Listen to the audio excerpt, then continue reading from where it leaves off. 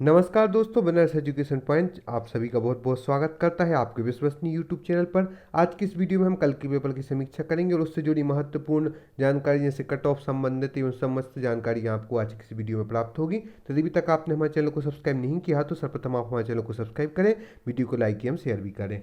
इसका जो बदला एग्जाम पैटर्न, पहली बार आए मल्टीपल स्टेटमेंट और मैच द पार्ट जैसे सवाल। पहली बार एमपीपीएससी के एग्जाम में मल्टीपल स्टेटमेंट और मैच द पार्ट जैसे सवाल आए हैं जो कि आपको देखने को मिले हैं।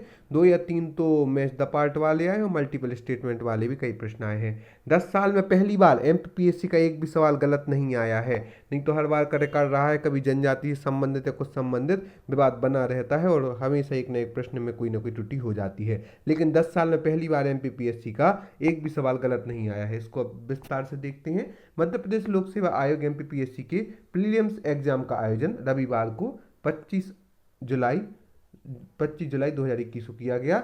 शहर के 72 सेंटर्स पर किया गया था। भोपाल में 72 सेंटर्स बनाए गए थे, इंदौर में कहीं ज़्यादा और सागर में भी 29 सेंटर बनाए गए थे।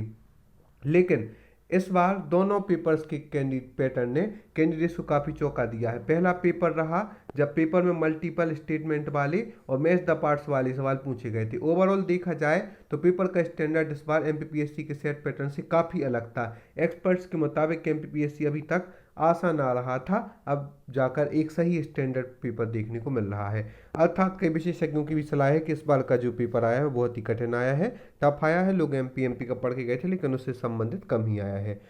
72 सेंटर्स पर भोपाल की 19,771 कैंडिडेट्स ने दिया एग्जाम। 150 तक आ सकता है कट ऑफ के बारे में यदि चर्चा करें तो एक्सपर्ट चंद्रमौली मिश्रा ने बताया है 100 में से 25 सवाल इतने टफ थे कि कुछ एक्स्ट्रा ऑर्डिनरी कैंडिडेट्स को छोड़ दिया जाए तो बाकी ने तुक्के ही लगाए हैं। खासकर इतिहास, कंप्यूटर साइंस, आईआईटी और इकोनॉमिक्स के सवाल अनयूजुअल थे।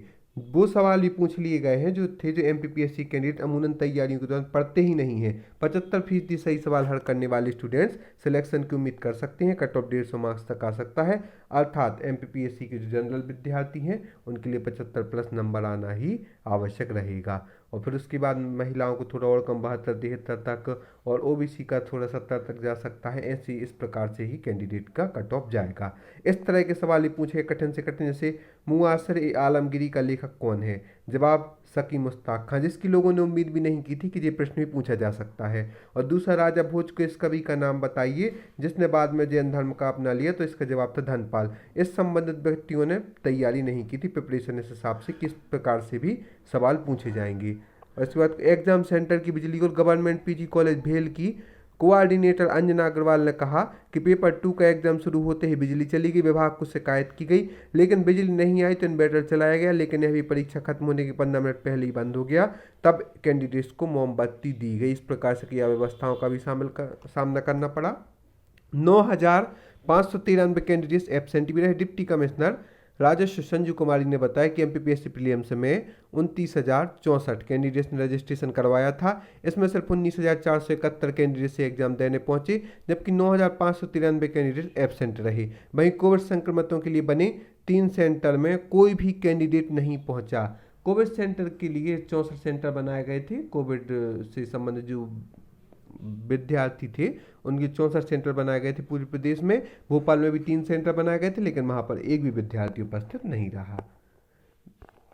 परीक्षार्थियों को उलझाया भी गया। पेपर का विश्लेषण यदि हम देखें तो विशेषज्ञों और अभ्यर्थियों की नजर में पहला पेपर भूगोल, इतिहास व राज्य व्यवस्था के कठिन प्रश्न थे, जिसमें देखने को मिला मध्य प्रदेश के सामान्य अध्ययन से प्रश्न आसान थे लेकिन वो भी उलझाने वाले थे। कई प्रश्नों ने उलझाया भी है। आयोग, विज्ञान और प्रौद्योगिकी के प्रश्न थोड़े से आसान लगे अपेक्षाकृत।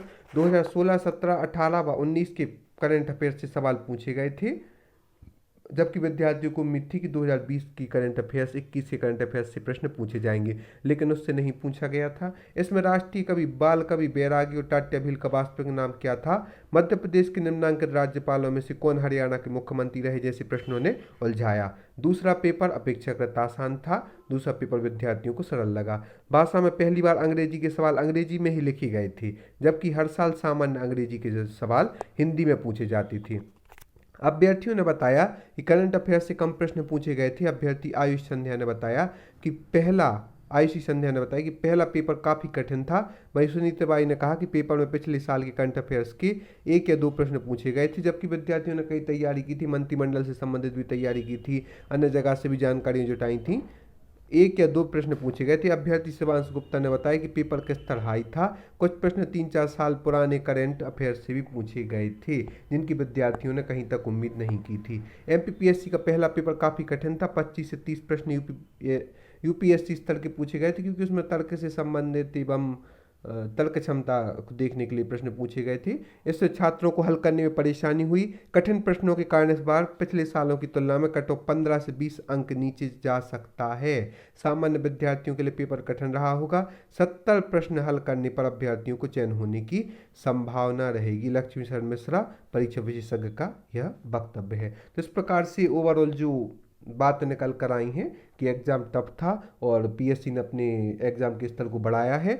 मेंस भी इसी प्रकार से होगा। तो जिन अभ्यर्थियों के 75 से ऊपर आ रहे हैं, सामान्य में है, तो अपनी मेंस की तैयारी करने लगे और बाकी सब अपने हिसाब से आयोग की जो आंसर की आना है उसका भी इंतजार करें। देखते हैं अगले आयोग के आंसर की में क्या होता है। और उसके बाद में जो प्रश्नों का स्तर बढ़ गया है तो हमें अपनी तैयारी का स्तर भी बढ़ाना होगा। और निरंतर आप हमारे चैनल के माध्यम से जुड़े रहें, जिससे आपको नई नई जानकारियाँ मिलती रहेंगी। फेसबुक, यूट्यूब, इंस्टाग्राम, टेलीग्राम पर भी आप हमें ज्वाइन कर सकती हैं। कुछ समय में मेंस का रिजल्ट भी आने वाला है। 2019 की जो मेंस हुई थी उसका परीक्षा परिणाम भी 12 अगस्त है उसके आसपास आने वाला है। प्री का परिणाम भी आ जाएगा और आप अपनी निरंतर तैयारी में करती रहें और मनचाही सफलता को प्राप्त करें। आप सभी को बहुत बहुत धन्यवाद।